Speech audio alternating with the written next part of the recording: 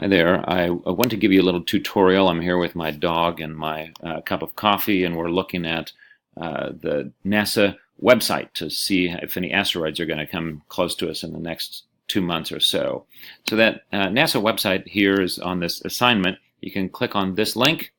That will take you right to this web page that shows the next uh, 10 approaches, or actually the next, well, however many approaches, near-Earth approaches there are within the next 60 days. And they define a near-Earth approach as anything that comes within 0.05 astronomical units, or about 4.6 million miles. Sounds like a lot, but if they're off on their calculations in the least little bit, those 4.6 million miles might turn into 0 miles.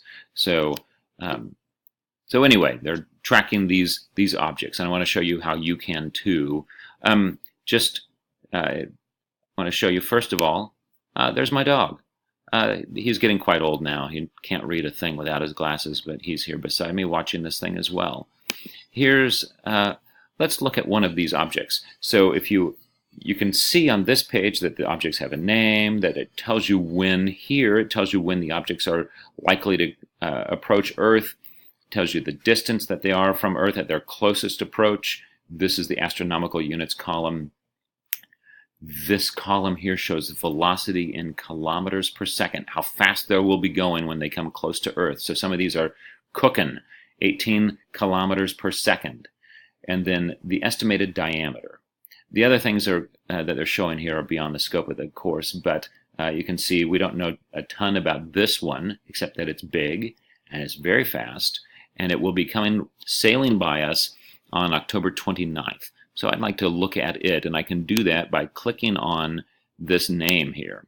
And that will pop up a ridiculous amount of information about the object. So you can see many things that are, as I said, are beyond the scope of the course, but this is the eccentricity, so you see a pretty darn high value of eccentricity, and you can look at show close approach data to see that from 1900 down to 2200, there are all sorts of passes where it has come very, very close. Oh my gosh, what a ridiculous amount of stuff.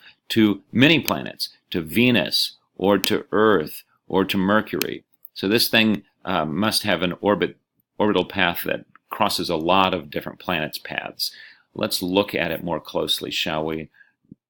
If we go back to Show Orbit Diagram and click on that, it'll pop up with the asteroid's orbit, and this is a model that you can interact with. You can put two fingers on the thing and zoom out, and you can see the whole solar system at a glance. You can zoom in, and you can kind of see what the target area you want to look at, and then you can, with one finger, kind of move things around. You can look at it from straight up above, and that's what it would look like from straight up above, or you can start looking at it at an angle. And the angle is helpful because you can see, oh, we don't all orbit at exactly the same plane.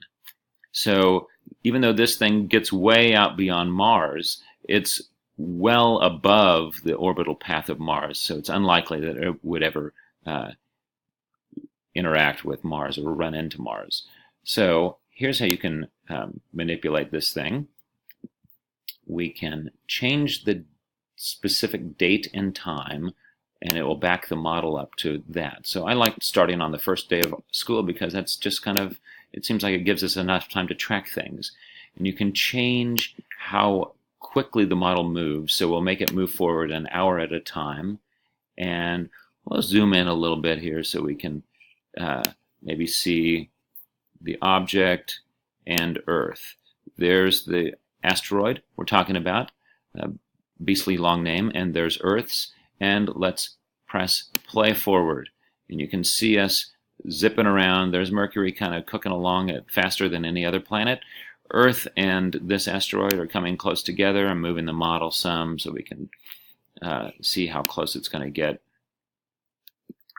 I think it was October 26th, something like that. I've forgotten the date that we're coming close to it, but it's on the database. Okay, and here we are, zooming in, zooming in. You can see it's still above Earth's orbital path, but it's coming in. And it looks like we're approaching About closest we're going to get is right there. And now we're actually getting farther apart. So, whew, we missed it. We can stop that. We can hide the orbit diagram and then can eventually go back to the website that shows the rest of the near misses. So that's how you'll navigate this. Just play around with it and see what you can discover.